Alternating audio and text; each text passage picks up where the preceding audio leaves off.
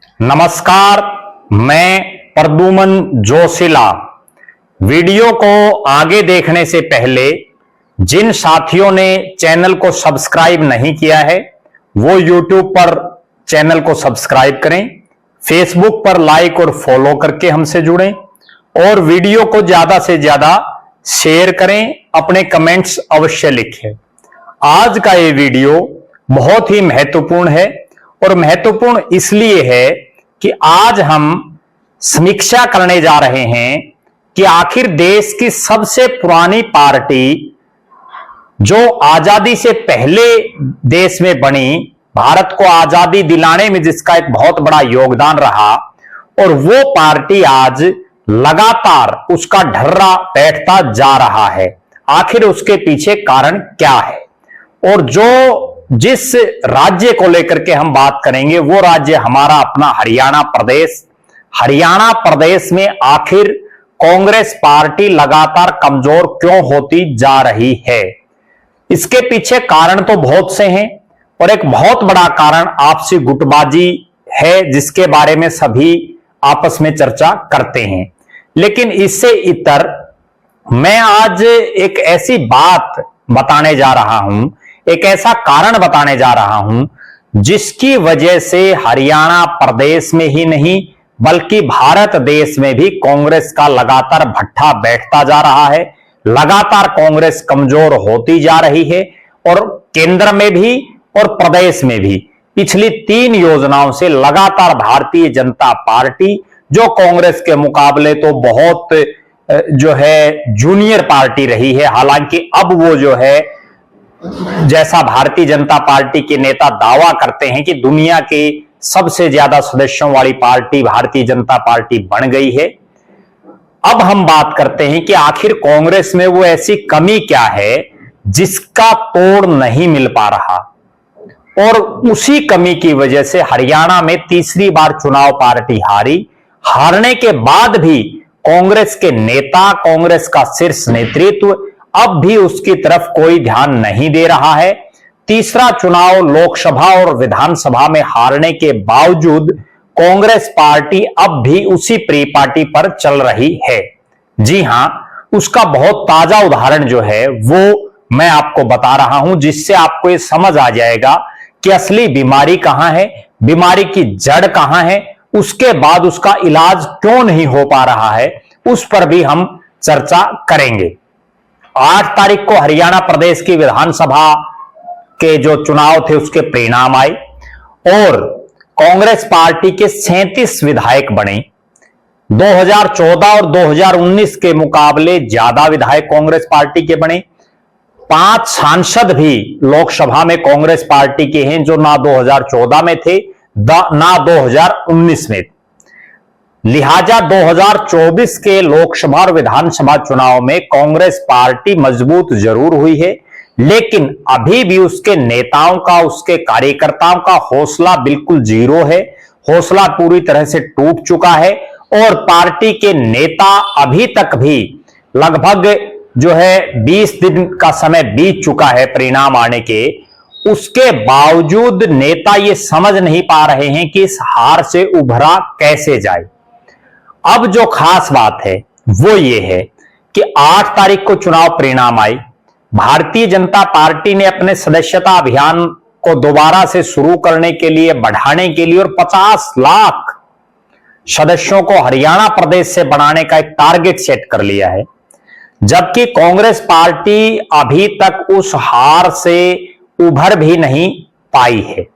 अब जो बड़ी बात है वो ये है कि विधायकों को भारतीय जनता पार्टी जो हरियाणा की विधानसभा बनी, पहले आप उस सिनेरियो को समझिए।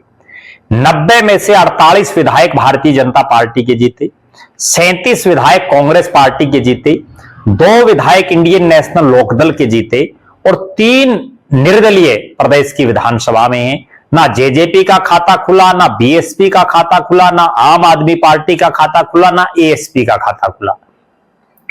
अब जो 4 मुख्य रूप से, जिनमें 3 पार्टियां और चौथे निर्दलीय, इन 4 अलग अलग जो धड़े हैं, इनका आप पिछले 20 दिन का अगर हम सिस्टम को समझेंगे तो इससे आप अंदाजा लगा सकते हैं कि कांग्रेस हार क्यों रही है और कांग्रेस के हार का सबसे बड़ा कारण क्या है। अब आप उसको समझो। भारतीय जनता पार्टी ने 8 तारीख को चुनाव परिणाम आने के बाद अपने विधायक दल की मीटिंग बुलाई। बाकायदा अमित शाह, जो नरेंद्र मोदी जी के बाद पार्टी के दूसरे ताकतवर नेता हैं, वो आए। वो पर्यवेक्षक के तौर पर डॉक्टर मोहन यादव और वो दोनों आए और उन्होंने नायब सिंह सैनी को बीजेपी विधायक दल का नेता चुना। प्रदेश के मुख्यमंत्री बन गए, मंत्री बना दिए गए, मंत्रियों को डिपार्टमेंट बांट दिए गए। उसके बाद विधायकों का शपथ ग्रहण समारोह के लिए विधानसभा का सत्र बुलाया गया। 1 दिन का सत्र रहा। उसमें विधायकों को शपथ दिलाई और स्पीकर और डिप्टी स्पीकर दोनों के पदों का चयन कर लिया गया। स्पीकर हरविंद्र कल्याण को बनाया गया, घरौंडा से विधायक हैं, तीसरी बार लगातार जीते हैं। और डॉक्टर कृष्ण मिड्ढा, जो जींद से लगातार तीसरी बार जीते हैं, उनको डिप्टी स्पीकर बनाया गया। भारतीय जनता पार्टी अपने रूटीन में आ चुकी है। तमाम मंत्रियों को विभागों का बंटवारा हो चुका है, उनको ऑफिसेज दे दिए गए हैं और वो अपने काम पर लग गए हैं। दूसरी तरफ इंडियन नेशनल लोकदल, जो भले ही 2 विधायक जिसके जीते हों, लेकिन उन्होंने भी अपने विधायक दल का नेता चुन लिया आदित्य देवीलाल को, चीफ व्हिप बना दिया गया अर्जुन चौटाला को, और इंडियन नेशनल लोकदल भी बाकायदा अपने उसी डेली रूटीन में आ गई है। भारतीय जनता पार्टी ने भी रामकुमार कश्यप जी, जो अभी फिलहाल लगातार विधायक बनते रहे हैं, उससे पहले राज्यसभा के भी सांसद रहे हैं, उनको जो है chief whip Bharatiya Janata party ने भी बढ़ा लिया। उसके बाद हम बात करते हैं निर्दलियों की। 3 निर्दलीय जीते, तीनों ने भारतीय जनता पार्टी की सरकार को समर्थन दे दिया है, लिहाजा उन्होंने भी जो उनका काम था वो कर दिया है। अब जो बड़ी बात है, जो मैं कहने जा रहा हूं और जो असली हार की वजह है, वो आपको बता रहा हूं। वो हार की वजह यह है कि कांग्रेस पार्टी अब भी सुधरने का नाम नहीं ले रही है। 3 लोकसभा में हार, 3 विधानसभा में लगातार हार, और फिर भी वही ढाक के 3 पात अब भी नहीं सुधर रहे हैं। कांग्रेस पार्टी ने 8 तारीख से और 20 दिन बीत जाने के बाद कोई गतिविधि नहीं, पार्टी की तरफ से हार पर क्यों हार हुई, कोई मंथन नहीं। आगे के लिए पार्टी को क्या करना चाहिए, कोई प्रारूप तैयार नहीं, कोई मसौदा तैयार नहीं, कोई कुछ नहीं। पार्टी जहां 8 को थी हार पर, उस पर ही आज खड़ी है। उससे भी बड़ी बात, कांग्रेस पार्टी, जिसको लिहाजा विपक्ष की सबसे बड़ी पार्टी है, तो विपक्ष का जो नेता बनना है वो कांग्रेस की तरफ से बनेगा, जिसको एक मंत्री के बराबर जो है तमाम सुविधाएं मिलती हैं, घोड़ा गाड़ी, तमाम जो है सुविधाएं उनको मिलती हैं। जो विपक्ष का नेता है वो एक कैबिनेट मंत्री के बराबर, उसको तमाम सुविधाएं मिलती हैं।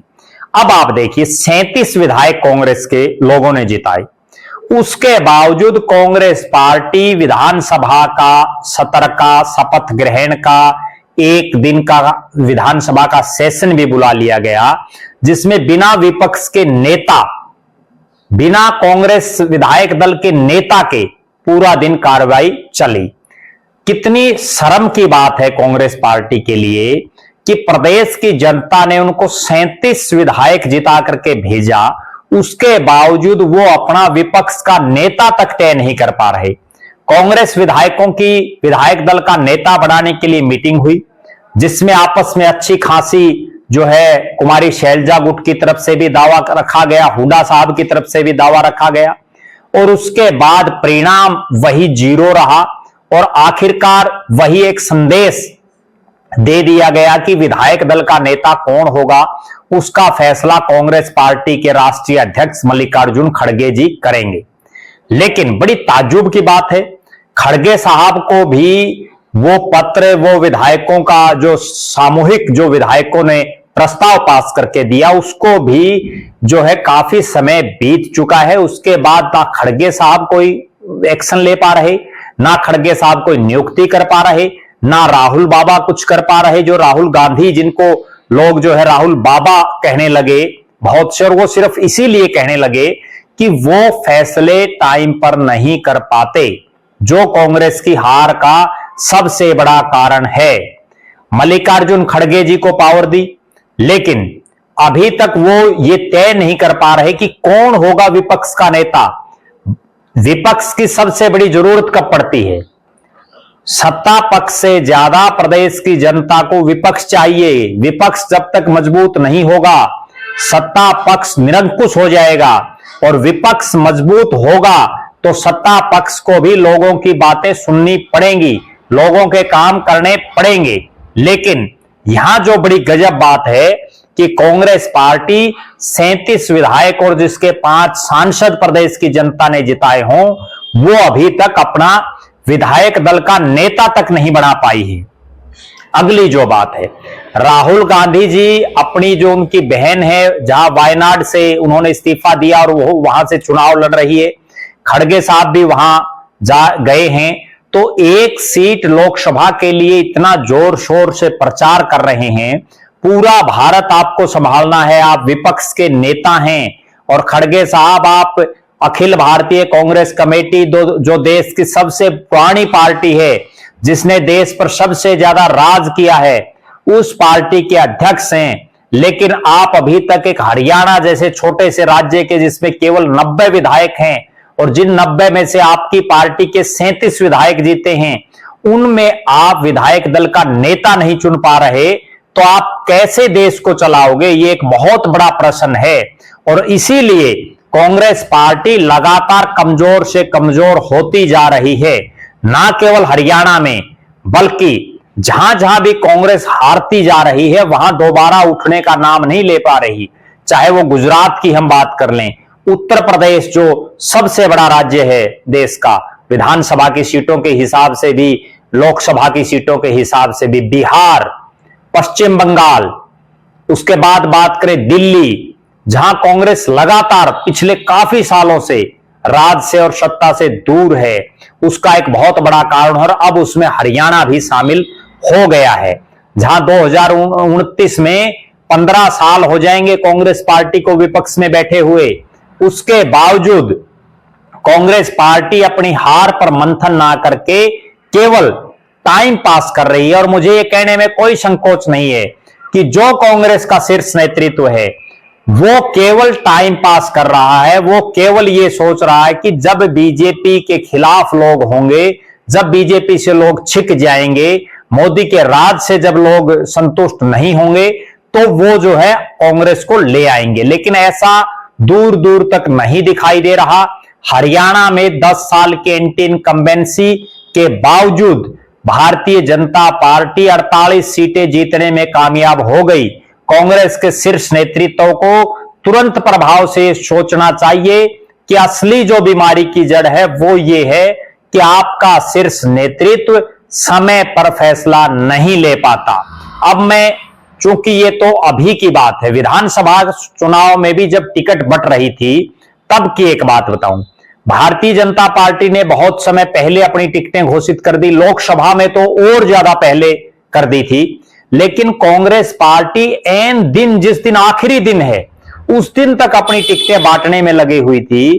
तो कहीं ना कहीं कांग्रेस पार्टी का जो टाइम मैनेजमेंट है वो टोटली फेलियर है, और उसकी वजह से ही कांग्रेस लगातार कमजोर होती जा रही है। हालांकि मुझे यह कहने में भी कोई संकोच नहीं कि टाइम मैनेजमेंट के साथ साथ, समय पर फैसले ना लेने के साथ साथ और भी कमियां हैं।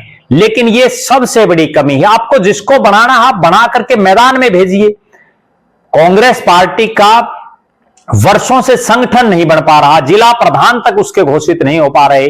और अब तो एक बहुत बड़ी बात यह है कि कांग्रेस पार्टी के प्रदेश अध्यक्ष और जो पूर्व मुख्यमंत्री हैं चौधरी भूपेंद्र सिंह हुड्डा, वो भी पूरी तरह से इस हार के बाद ऐसा लग रहा है कि इस हार को पचा नहीं पा रहे और पूरी तरह से बैकफुट पर चले गए हैं।